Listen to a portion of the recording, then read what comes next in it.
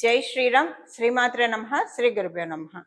2026 సంవత్సరం ఆగస్టు నెలలో గోచారంలో ఉన్న గ్రహస్థితులు, అలాగే గ్రహస్థితులను అనుసరించి ద్వాదశ రాశుల వాళ్ళకి, ద్వాదశ లగ్నాల వాళ్ళకి ఎలాంటి ఫలితాలు ఉండబోతున్నాయి, గోచారంలో ఏమన్నా విశేష అంశాలు సూచిస్తున్నాయా, గోచారంలో ఉన్న గ్రహగతులు, గ్రహ గమనాలు ద్వాదశ రాశుల వాళ్ళకి ఎలాంటి విశేష అంశాలను ఇస్తున్నాయి, శుభత్వాన్ని ఇస్తున్నాయి, ఇందులో అన్న జాగ్రత్తలు సూచిస్తున్నాయా, ఏమన్నా మార్పులు సూచిస్తున్నాయా, అలాగే గోచర గ్రహస్థితులతో పాటు వాటికి చేసుకోవాల్సిన పరిహారాలతో పాటు మనం అన్ని సహితంగా ఇప్పుడు మాట్లాడుకుందాము.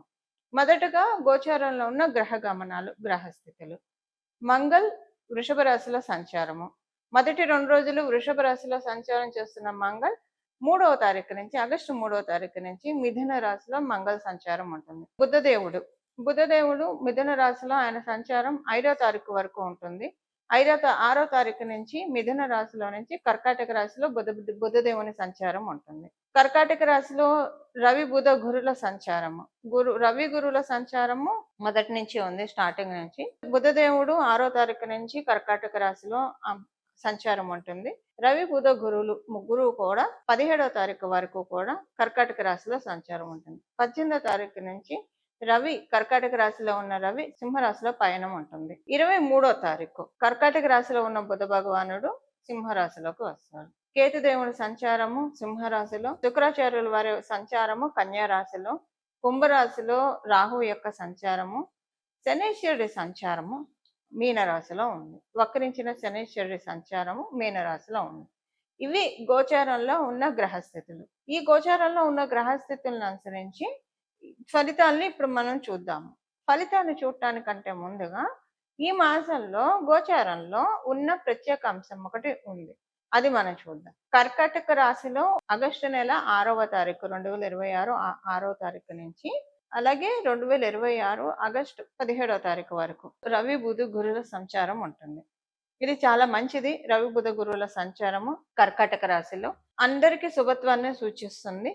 ఏ ఏ విషయాల్లో శుభత్వాన్ని సూచిస్తుందో అది మనం చూద్దాం. ఇప్పుడు ఆయన మిథున రాశి కన్యా రాశి వాళ్ళకి కూడా మంచి ఫలితాలే ఉంటాయి, ఆయన రాష్ట్రాధిపతి కాబట్టి. ఇంకా కొన్ని రాశులకి ప్రత్యేకమైన శుభం ఉంటుంది. అంటే కర్కాటక రాశి వాళ్ళకి పూర్తిగా శుభ ఫలితాలను ఆయన ఇవ్వడు కూడా, పూర్తిగా ఇవ్వలేడు. బట్ మిగతా 2 గ్రహాలు గురువు మరియు రవి వీళ్ళిద్దరూ ఇస్తారు. బుధుడు పూర్తిగా శుభ ఫలితాలని కర్కాటక రాశి వాళ్ళకి ఇవ్వలేడు. ధనుస్సు మరియు మీన రాశి వాళ్ళకి కూడా బుధుడు ఇక్కడ కర్కాటక రాశిలో ఉంటే పూర్తిగా శుభ ఫలితాలను ఇవ్వడు. ఈ రాశుల వాళ్ళకి పూర్తిగా ఆయన శుభ ఫలితాలను ఇవ్వలేడు. ఇప్పుడు మనము ఈ ప్రత్యేక అంశాలతో కూడుకున్న ఈ గ్రహస్థితి అందరికీ ఎలాంటి ఫలితాలను తెచ్చిపెడుతుందో మనం ఇప్పుడు చూద్దాం. ప్రతి ఒక్క రాశి వాళ్ళకి కూడా విడివిడిగా మనం ఇప్పుడు మాట్లాడుకుందాం. మీనరాశి.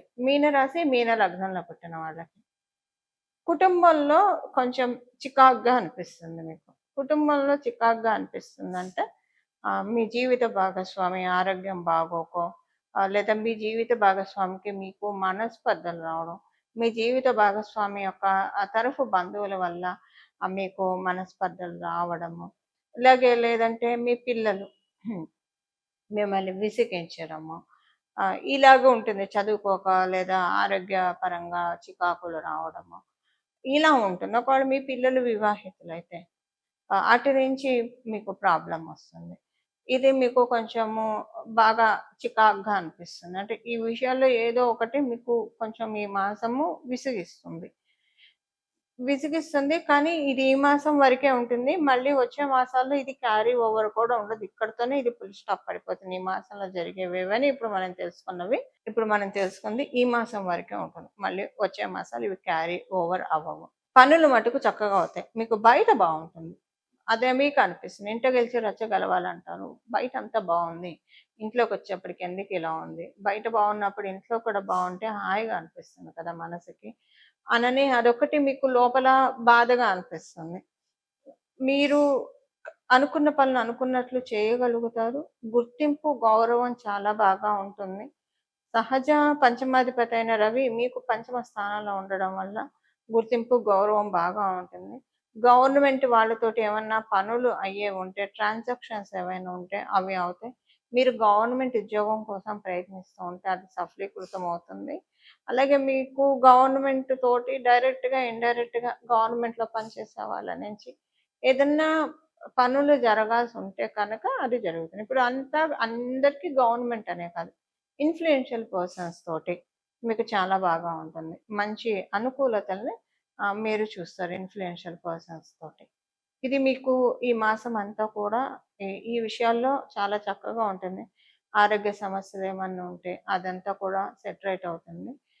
ఎలాంటి ఆరోగ్య సమస్యలు మిమ్మల్ని బాధ పెట్టడం ఇది ఉండదు. వివాహ ప్రయత్నాలు చేయాలనుకున్న వాళ్ళకి ఈ మాసము అంటే మీ జన్మ జాతకాన్ని అనుసరించి ఆధారపడి ఉంటుంది. గోచారం అయితే వివాహానికి సంబంధించిన విషయాల్లో సపోర్ట్ చేయట్లేదు కాబట్టి ఈ విషయంలో కొంచెం చూసుకోవాలి. కొత్తగా ఇప్పుడే వ్యాపారం స్టార్ట్ చేయాలనుకున్న వాళ్ళకి కూడా అనుకూలంగా లేదు.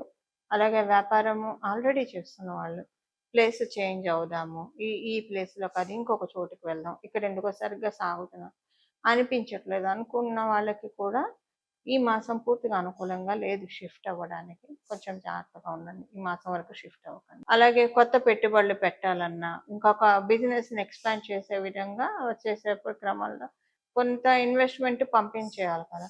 అలా చేయడానికి కూడా ఈ మాసం అనుకూలంగా లేదు.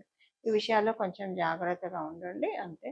మిగతా అన్ని విషయాల్లో కూడా అనుకూలతలు చక్కగా ఉన్నాయి. పరిహారం ఏం పరిహారం చేసుకోవాలి? ఇప్పుడు మనము ఫలితాలు తెలుసుకున్నాము. దీనికి తగ్గట్టు పరిహారాలు ఏం చేసుకోవాలో ఇప్పుడు మనం చూద్దాం. కర్కాటక రాశే మెయిన్‌గా మనకిప్పుడు పరిహారం చూడాలి. కర్కాటక రాశిలో 3 గ్రహాల సంచారము మాక్సిమం ఒక 10 డేస్ వ్యవధి 10 డేస్‌లో ఉంటుంది. 10 డేస్ వరకు ఉంటుంది కాబట్టి మేజర్ ఇంపాక్ట్ ద్వాదశ రాశుల వాళ్ళకి, ద్వాదశ లగ్నాల వాళ్ళకి ఇది చాలా ఎక్కువగా ఉంటుంది. ఒక 2, 3 గ్రహాలు ఒకటి కన్నా ఎక్కువ గ్రహాలు ఏదైనా రాశిలో ఉంటే ఆ రాశి దేన్ని సిగ్నిఫై చేస్తుందో మన జన్మ జాతకంలో.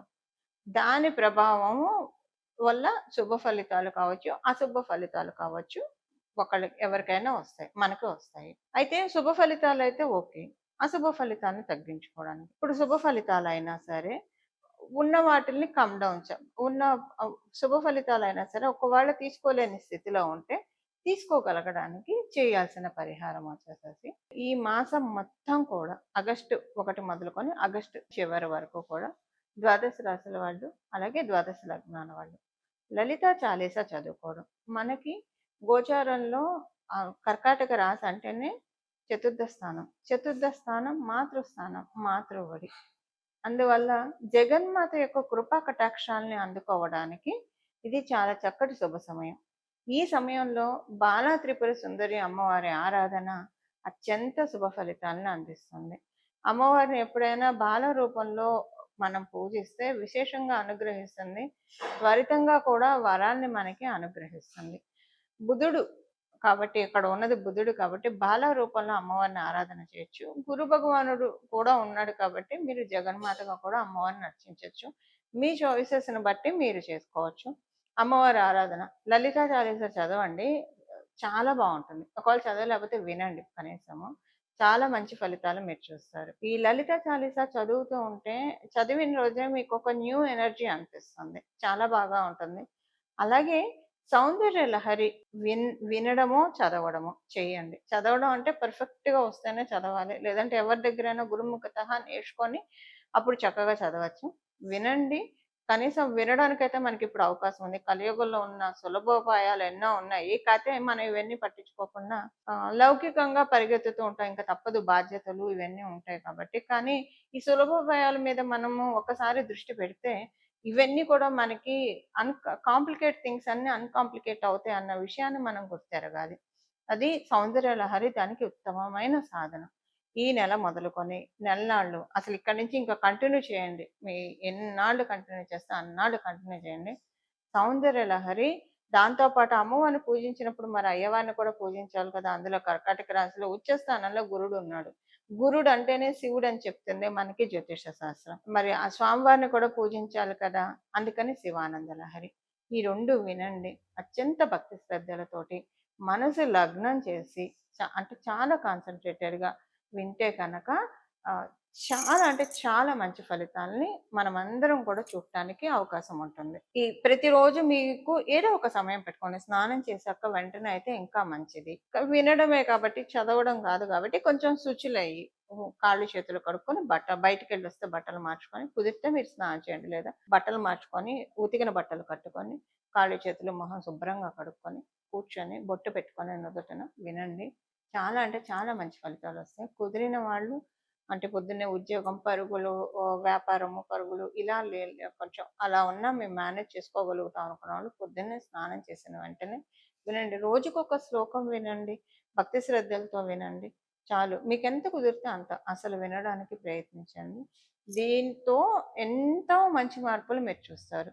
గోచారంలో ఉన్న మీ మీ జన్మ గ్రహస్థితుల్లో మీకు ఏవేవైతే ఇబ్బందులు కలిగిస్తున్నాయో, ఆ ఇబ్బందుల నుంచి వన్ బై నెమ్మదిగా గట్టెక్కడానికి చక్కటి అవకాశం ఉంటుంది.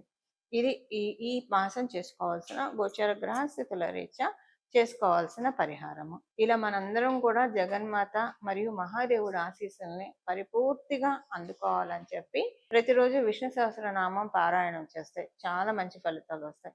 విష్ణు సహస్రనామం చదవండి లేదా వినండి. ప్రతిరోజు చేస్తే కనుక అత్యద్భుతమైన ఫలితాలను తీసుకోవడానికి అవకాశం ఉంటుంది. ఇలా మనం అందరం కూడా భగవంతుడి కృపా కటాక్షాలకి పాత్రలం అవ్వాలని చెప్పి మనందరి తరఫున మనస్ఫూర్తిగా శరణు వేడుకుంటూ మంగళం. నమో భగవతే వాసుదేవాయ.